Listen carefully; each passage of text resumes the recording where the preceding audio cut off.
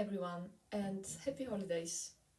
Whether you are celebrating Christmas, enjoying some winter downtime, or just feeling the festive season, I'm happy to have you here. Welcome back. This is part 3 of our series on memorizing music, and today we are going to dive into the heart of effective memorization strategies. Whether you're preparing for a concert, audition, or simply want to play your favorite piece of music, these 12 steps will guide you towards success. Let's jump in. First one is have intention to memorize the music.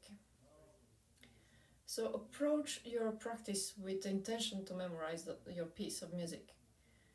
Too often we practice aimlessly and memorization happens by accident.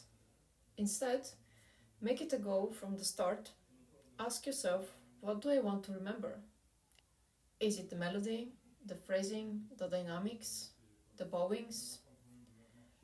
Setting this as intention creates focus and directs your practice towards memorization naturally.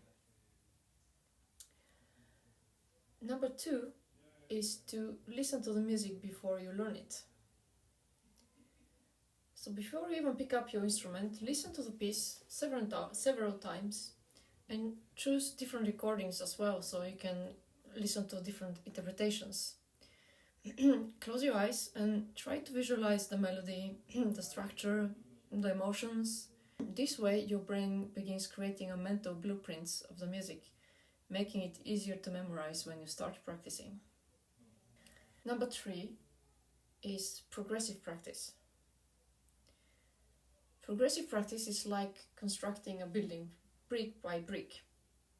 Start with a small section of notes, a single phrase maybe, or if you feel like just a few notes, and learn it well. And once it feels secure, add the next section, connecting it to the first one. This step-by-step approach ensures that each part is deeply embedded in your memory before you move on. Number 4 is holistic practice. After focusing on the small sections, shift your perspective to the entire piece of music. Play it through it from start to finish, and even if it's not perfect, this will help you to understand the flow, the emotional arc of the music. And it also prepares you for real-world performances where you will need to recall the pieces as a whole, not just as isolated parts. Number 5 is memory aids and performance cues. Memory aids are tools that help you recall specific details in your music. For example, you can associate a challenging passage with a vivid image or story that captures this picture that you created for yourself. Performance cues work similarly. There are markers you can create to remind yourself of key moments like dynamics, change of dynamics, tricky fingerings, bowings. These mental anchors act as signposts, guiding you through the piece during practice and performance. Number 6 is spaced practice. Did you know that your brain loves breaks? Spaced practice involves working on the music in short, focused sessions spread out over time. For a deeper dive into effective practice strategies, you may find Noa Kageyama's discussions on becoming a bulletproof musician very insightful. I will leave a link to this website in the description below. Noa Kageyama is a performance psychologist and violinist who is widely recognized for his work in helping musicians, athletes, and other high-performing individuals to achieve their best under pressure.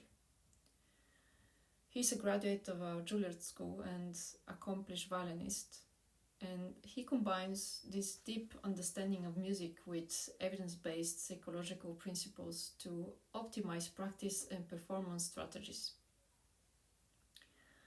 Kageyama is best known for his blog, The Bulletproof Musician, where he shares research-based tips and techniques on overcoming performance anxiety, improving practice effectiveness, and building mental resilience.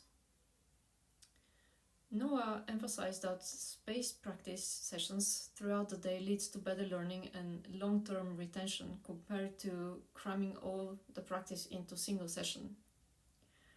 For example, instead of practicing a single piece for a couple of hours or 1 hour straight, try to break into 15 minutes chunks spread out through the day. This gives your brain time to rest and consolidate information. Additionally, practice before bed can also be particularly powerful, as sleep helps transfer information into long-term memory. Studies show that sleep enhances the consolidation of skills and information. So use this break strategically to refresh your focus and improve retention. Number 7 is interleaved practice. Interleaved practice involves alternating between different sections of music rather than focusing on one section at a time. For example, instead of spending 15 minutes on section A and then 15 minutes on section B and then 15 minutes on section C, you can practice each section for 5 minutes before switching to the next. Repeat this cycle 3 times so that each section still gets a total of 15 minutes. This method keeps your brain engaged and challenge your memory retrieval, making you also learning more effective and versatile. Number 8 is variable tasks. Introduce variety into your practice to strengthen your memory. Play a passage in a different tempos, change the rhythm or alter the dynamics. These variations force your brain to engage with the music in new ways, making your memory more adaptable and resilient. Number 9, reflect on the music. Take time to think about the music beyond the notes. What story is it telling? What emotion does it evoke? Reflect on these aspects, deepen also your connection to the piece and making it easier to internalize and remember. Number 10, use corrections. Don't be afraid of mistakes, they are your greatest teachers. When something goes wrong, pause and analyze. Why did this mistake happen? Was it a technical issue or did you lose focus? Use the correction as an opportunity to strengthen weak spots and refine your overall performance. Number 11, solve problems with at least 5 solutions. For any tricky sections, brainstorm at least 5 different ways to tackle the problem. Try different fingerings, different bowings, rhythms, even practice in reverse. The process of finding solutions is not only fixing the issue but also reinforce your memory by engaging with the music in diverse ways. Number 12, put in the effort. Finally, remember that effort is key. The more you challenge yourself during practice, the deeper the music will embed in itself into your long-term memory. It may feel hard at first, but that's a good sign. It means your brain is working to solidify the information. Memorizing music can be a rewarding and enjoyable part of your musical journey. And with these 12 strategies, you not only master your pieces but also feel more confident and prepared when performing.